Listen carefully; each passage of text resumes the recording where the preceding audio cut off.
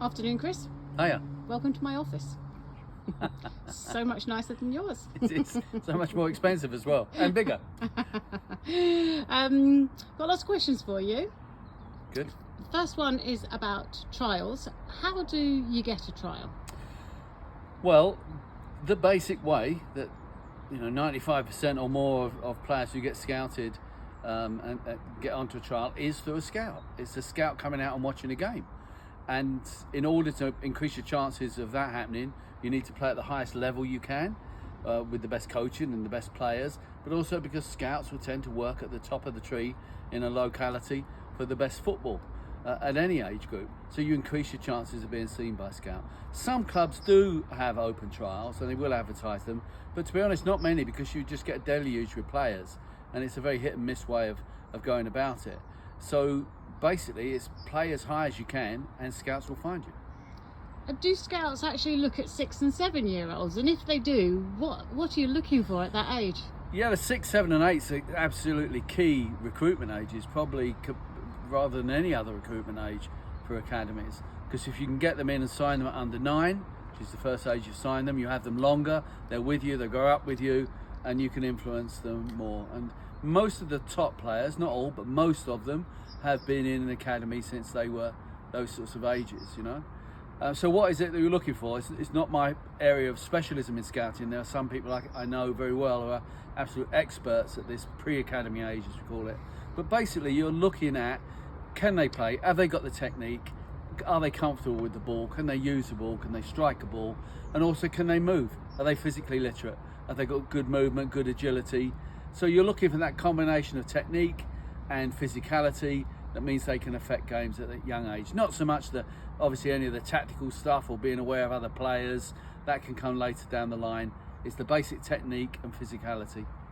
Do you look at behaviour and attitude as well, or is it just talent? Yeah, in scouting we definitely do. Part of the due diligence a good scout will do on any player that they want to recommend is what are they like as a character. How do they mix with other people? How do they deal with other people? Increasingly, once the players get older, that becomes more and more important because they're going to have many more challenges and they're going to have a lot to learn. Perhaps within an academy, when it comes to retain and release, then definitely a player's attitude, their character, how they take information on, how they learn, what their issues are, becomes extremely, extremely important. And if you go into an academy on trial, or if you're an academy player, remember, because of that, you are on trial, you're being assessed every minute on and off the pitch. So it's really important, all of those things, all of those aspects, as well as just the straightforward football. Are they continually assessed, or is there just a one-off assessment at the end? No, they're continually assessed in the trial, but that tends to have an end point of decision. But feedback is often given to parents as they go through a trial process in the better structured academies. As a assigned player, then yes, you get assessments through the year. There's usually parent meetings through the year, just like being at school really. You get the meetings, parent evenings sort of thing, and you get feedback on how your kid's doing. And it's a very similar structure in the academies. And who makes the final decisions if your child's on a trial? Well, it's a good question. I think Mark Anderson is a very experienced scout, has asked this question or raised this point. I think Mark would agree that it varies from one club to another, one academy to another. In the bigger academies like mine, which is a Premier League academy, a big academy, we now have a full structure with testing, with scouting data, with views taken from coaches and from the recruitment team, and it's all brought together and you try and get a consensus. In other academies, it's not going to be as developed as that. It can be a bit wing and a prayer, to coin a phrase, and it can be just one person who gets to make a final decision. Might be head of academy recruitment, maybe the academy manager even, or a lead phase coach or head of coaching. It varies from one club to another. But I think the best decisions are when you look at the scouting side as well as the coaching side, because traditionally, stereotypically, you expect coaches to look at performance. Will they improve my team this week, this season? And the recruitment people, scouts, to look at longer term potential. So you need to bring both those aspects together. It's not always as cut and dried as that or divided as that, but you do need to have different perspectives. Okay, a specific question that came in was, what as a scout are you looking for in a fullback?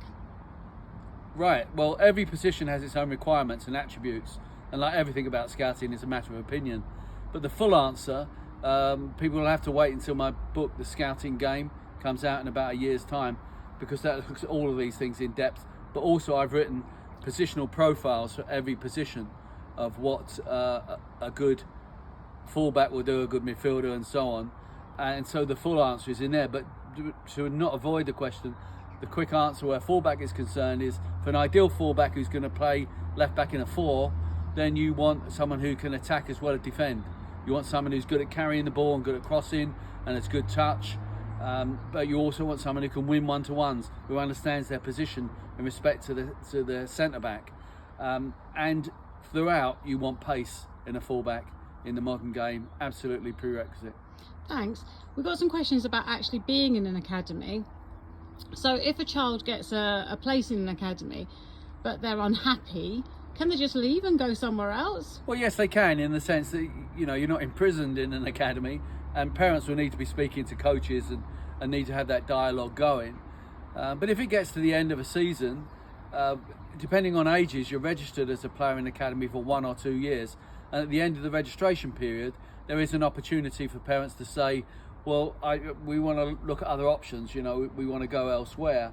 And you can do that. Now, there may be compensation that follows you if another club wants to sign, so that you don't just walk down the road, sign for another club, and they avoid the compensation. So that will still follow.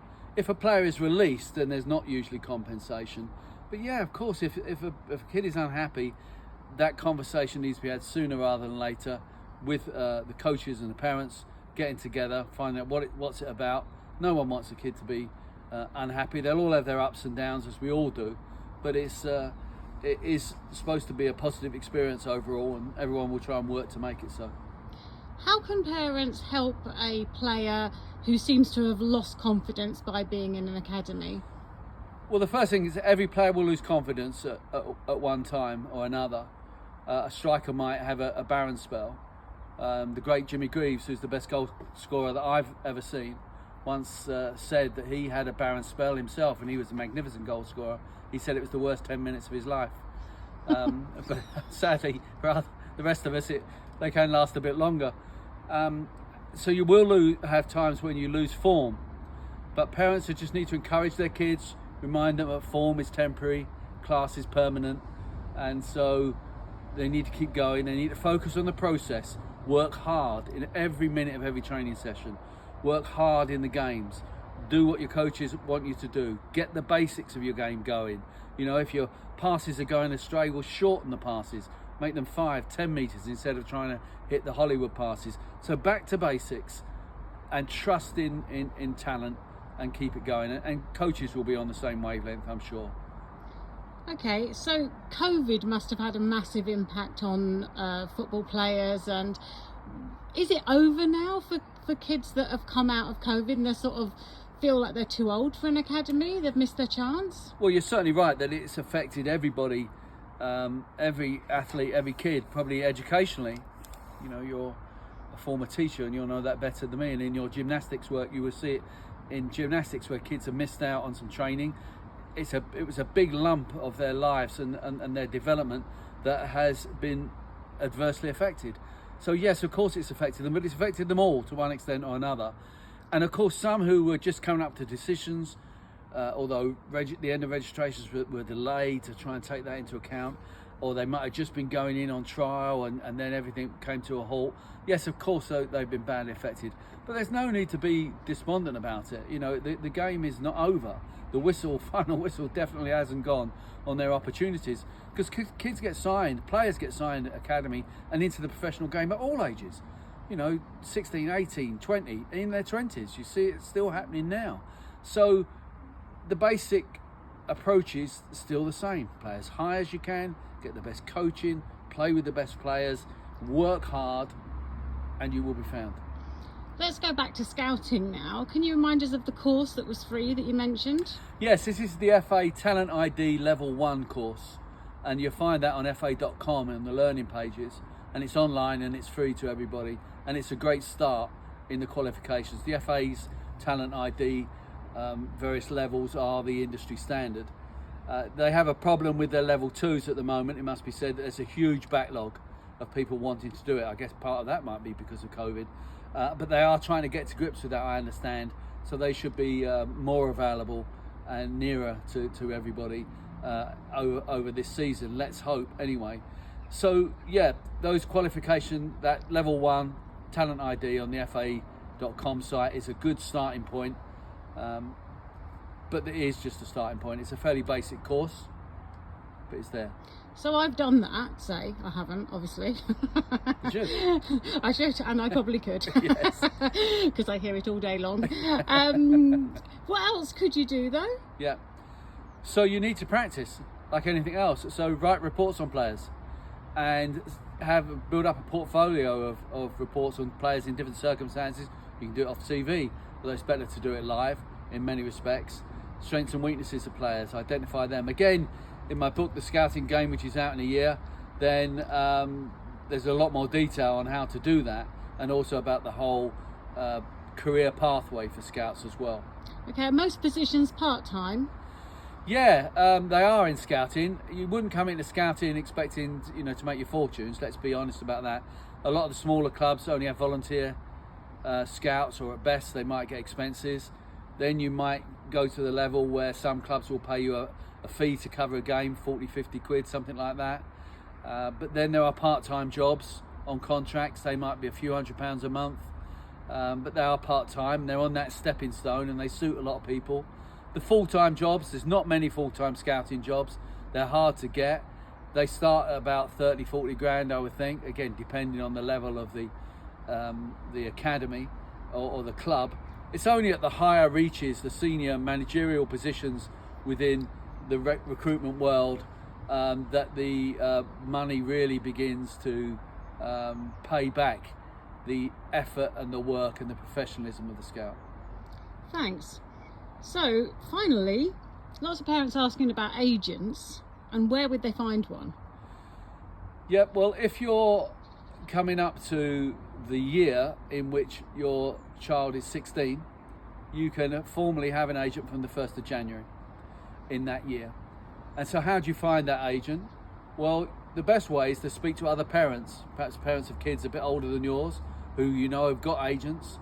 Ask them who they found helpful, ask them how it's worked out for them, and shop around, just like you would for any other professional service, really. Don't go to the first one that jumps up and says, I'll represent your kid. Make sure they are a proper registered FIFA intermediary. Lots of people say they're agents when they're actually not. So do your due diligence, just like you would if you were trying to find a lawyer or an estate agent or an accountant. They're a professional role. Shop around, get recommendations, and go from there. Okay, so it's really important that you get a proper scout, because perhaps you can tell us the story of the young lad that called you recently. A proper agent, you mean? That's what I meant, sorry. Yes, yeah. As you know, we were driving in the car not long ago, and a young fella phoned me. He still had my number because I had scouted him at a game a few years ago, and obviously I gave him my business card and we'd had some conversations then. This lad was from Switzerland, and a so-called agent had taken money off him for him to come over to the UK, allegedly to come over and have trials, including at my club. And he turned up and security at my club had said, no, there's no trials here today. And he said, oh, it's Chris Robinson. And so it was security actually that phoned me first and said, do you know this lad? So I spoke to him, and then the story came, and he'd just been duped by people pretending to be agents. That was a scam, and it's really sad. I tried to help him out, put him onto a proper agent, and also talked to a couple of clubs as well. But it just goes to show you've got to be very careful, but make sure they are a registered agent, properly registered, and get recommendations. Brilliant, thank you.